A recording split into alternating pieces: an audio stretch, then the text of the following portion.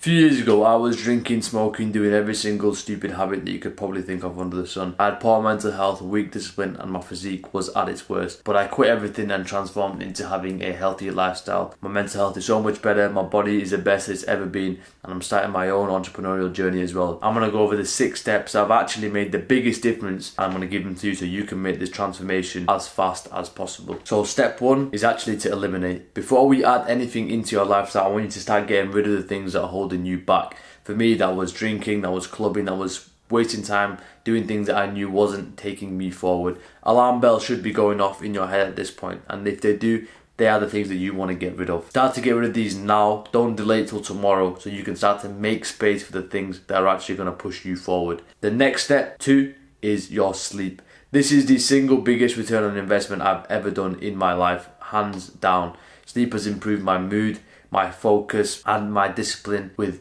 training, with work, with absolutely everything.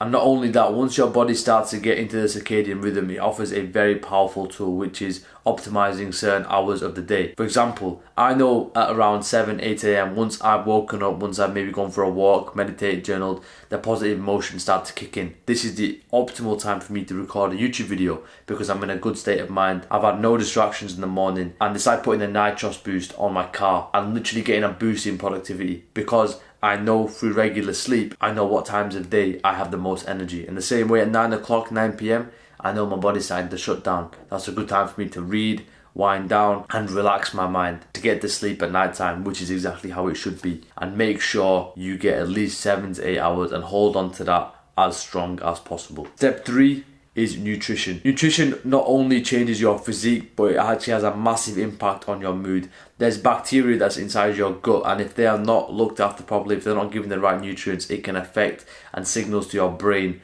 the way you should be reacting, the way you should be feeling. So a lot of your poor mental health or feeling lazy and unmotivated comes from poor nutrition. The thing you want to understand about nutrition, well, with me anyway, is what I learned is we only want to eat food that tastes nice.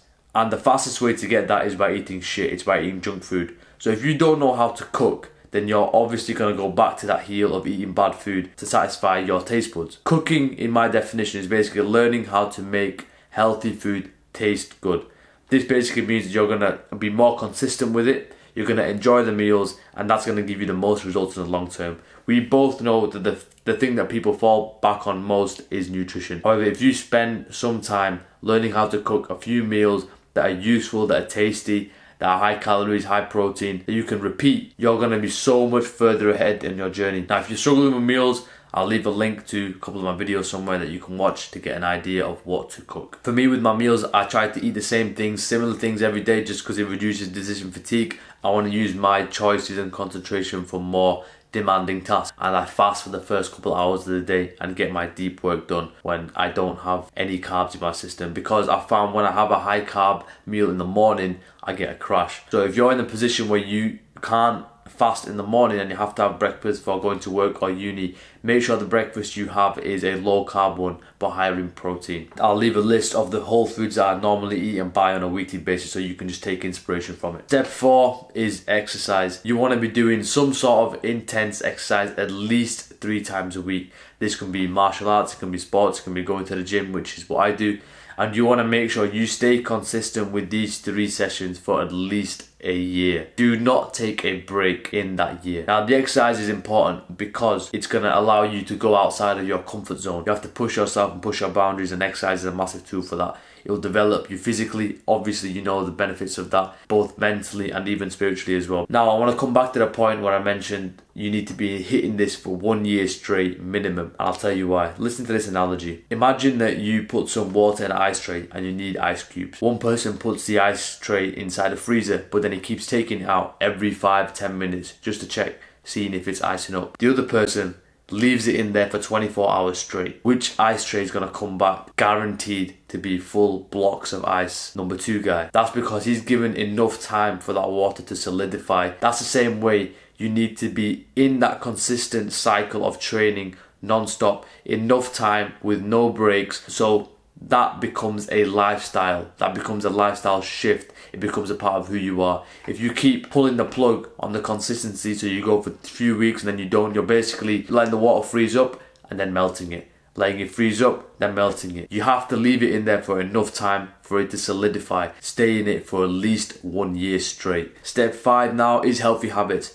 You've got your foundations in place. Now it's time to actually add and improve your life so you can start to make an even bigger lifestyle shift. For me, the number one thing that I had to change when it comes to my habits is the scrolling time on my phone. When you're sat there scrolling on your phone mindlessly, all you're doing is basically telling the phone, I have no conscious control of the information I want, so please throw anything into my brain.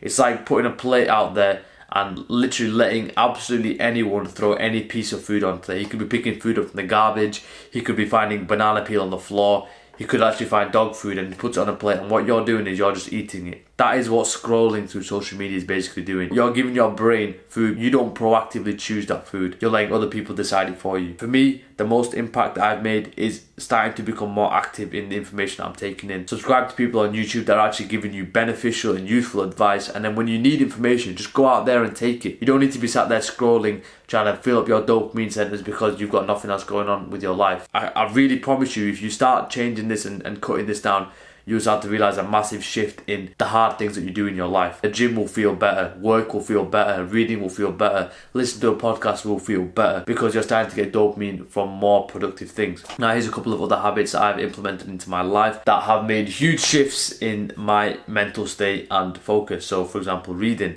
Killer. I always read before bed. That is a staple. I've been implementing journaling and meditating in the morning now as well, first thing, just to get my mind straight, to improve my focus. And first thing I do when I wake up now is just go for a walk, get some early sunlight to suppress that melatonin to wake me up. This is step 6, which is the key to a healthy lifestyle. Every single thing that I've said above will play no importance if you don't implement this factor. The way that I've transformed my lifestyle isn't by knowing what to do, because every single person knows what to do. The key to really making a lifestyle shift is to actively select the time which you are going to perform these activities. That keeps you accountable. Let me say that again. You must actively select the time in which you are going to perform these activities, because this is going to keep you accountable. If you just say, I'm going to go to the gym 3 times a week, I promise you, you will not do that for a year. However, if you on Sunday night plan your week ahead and see, right, I've got meetings on Monday this time, Wednesday this time, Friday this time, or I've got uni this time,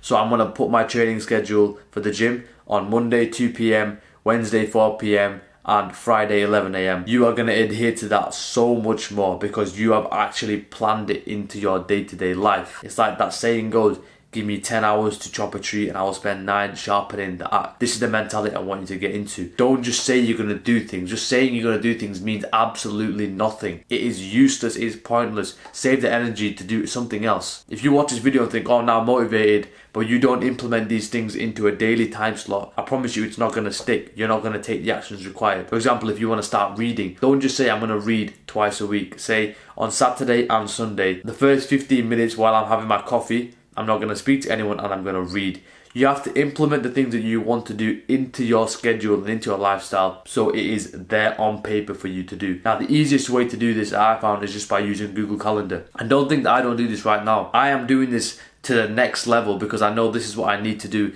in order to maximize my hours. Now, you don't have to fill out your schedule so every single hour is perfectly productive. The key things that you want to focus on, for example, the gym or maybe reading or the new habit that you want to pick up, slot them into your weekly calendar and then have that on your phone so when you're walking around you see it, right? It's getting to 10 p.m. now. This is the time that I've scheduled myself to train. Or for example, it's getting the time I've scheduled myself to read. Now, what will happen is if you delete that off your calendar, you're going to feel a little sting because you've let yourself down. And that's going to keep you moving forward because you're going to realize, I don't want that little sting again. And here's another massive important factor. If you planned out your schedule and that's 100%, if you hit that day, that would be the best day that you've ever had, but you only hit 50%, that's still a solid day, because the day that you don't plan anything out, you're on 0% anyway. So even if you hit 30% of a fully planned day, you're 30% better than what you would be if you didn't plan it out. Just keep that in mind. I wouldn't say this to you if I didn't believe that it would actually make the difference, but this is why I am. If you can get into the habit now of just implementing a few of these key habits and key lifestyle shifts into a time slot that you can perform it, I promise you, you will make crazy amounts of progress in your lifestyle shift. In the description of this video, I've listed a very simple lifestyle shift document that I want you to just follow through.